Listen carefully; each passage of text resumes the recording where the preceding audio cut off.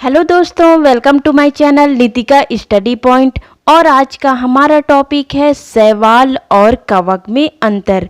आज हम इसके बारे में डिटेल से बात करेंगे।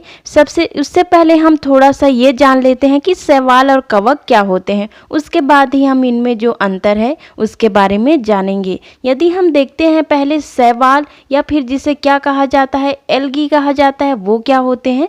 तो यहाँ पे शैवाल को हम साधारण भाषा में कई या फिर काई कहते हैं। शैवाल यदि देखें कहाँ कहाँ पाए जा सकते हैं तो ये नदी, नालों, तालाबों, झीलों आदि के किनारे पाए जाते हैं। साथ ही साथ इसमें कुछ जो जातियां हैं शैवालों की वो नम दीवारों और नम मिट्टी पर भी मिलते हैं। यहाँ आप देखेंगे बरसात के दिनों में फर्श में छोटे छोटे पौधे दिखाई देते हैं जो थोड़े से यहाँ पे चिकने होते हैं, जिसमें कई लोग फिसल के गिर भी जाया करते हैं, वही शैवाल है। अब हम देखेंगे कवक या फिर जिसे फंगस भी कहा जाता है। दोस्तों यदि कवक क्या है तो देखें तो यह सामान्यतः सड़े गले पदार्थों, अचार या फिर जो मुरब्बा होता है और कुछ खाद्य सामग्री जैसे ब्रेड और पुराने जो आपके यहाँ बासी खाने होते हैं उसके ऊपर छोटी छोटी संरचनाएं आपको दिखाई देती होंगी रोम के समान, वही कवक होते हैं। और ये जो कवक होते हैं दोस्तों वो मनुष्य और पौधों को नुकसान पहुंचाते हैं और कई प्रकार के यहाँ रोग उत्पन्न कर सकते हैं।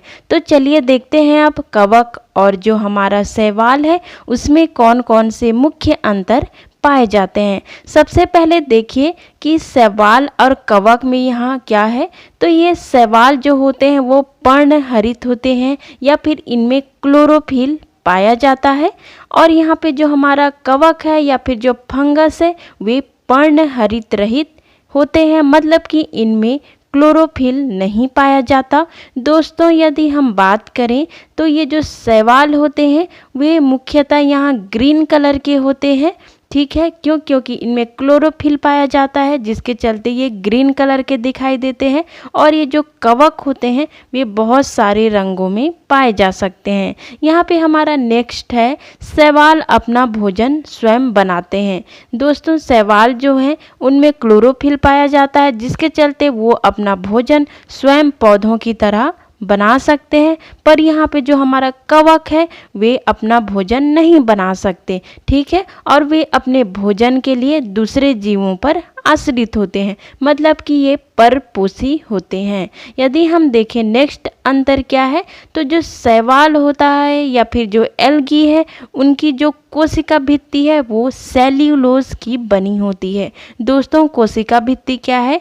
कोशिका भित्ति जो कोशिका होती है उसका जो सबसे बाहरी लेयर होता है जो कि यहाँ पौधों की मुख्य विशेषता है वह कोशिका भित्ति कहलाती है। और ये जो कोशिका भित्ति है एल्गी में वो सेल्यूलोज की है और यहाँ पे जो कवक है उसकी कोशिका भित्ति सेल्यूलोज या फिर काइटिन की बनी होती है।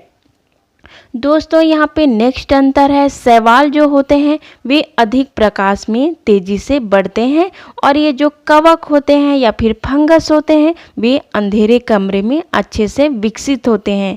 यहाँ पे नेक्स्ट अंतर है भोजन का संचय किस प्रकार करते हैं। तो यहाँ पे जो शैवाल है वो भोजन का जो संचय है वे मंड के रूप में संचित करते हैं और जो कवक है वे भोजन का जो संचय है वो ग्लाइकोजन के रूप में करते हैं, ठीक है। हमारा यहाँ पे नेक्स्ट यदि अंतर देखें तो जो यहाँ पे हमारा होगा शैवाल या फिर एल्गी उनका जो शरीर है, ठीक है, या फिर जो संरचना है वो क्या है मृदुतक कोशिकाओं का बना होता है, जबकि यहाँ पे कवक का जो शरीर है वो आभासी मृदुतक कोशिकाओं का बना होता है।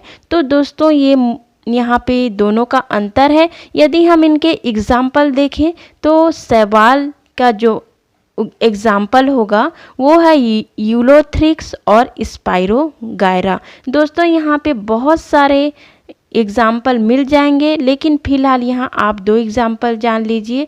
और यदि हम कवक का एग्जाम्पल देखें तो म्यूकर, राइजोपस ये एग्जाम्पल हो जाएंगे। दोस्तों मैंने बहुत ही अच्छा शैवाल का सेपरेट वीडियो बनाया है और कवक का अलग से वीडियो बनाया है, जिसमें मैंने बहुत ही डिटेल से बताया है कि शैवाल क्या है, और साथ ही साथ दूसरे वीडियो जिसमें कवक के बारे में बताया उसमें भी आपको अच्छे से जानकारी मिल जाएगी। यदि आप उसे देखना चाहते हैं तो लिंक यहाँ डिस्क्रिप्शन बॉक्स में मैं दे दूंगी, आप उसे ज़रूर देखिएगा।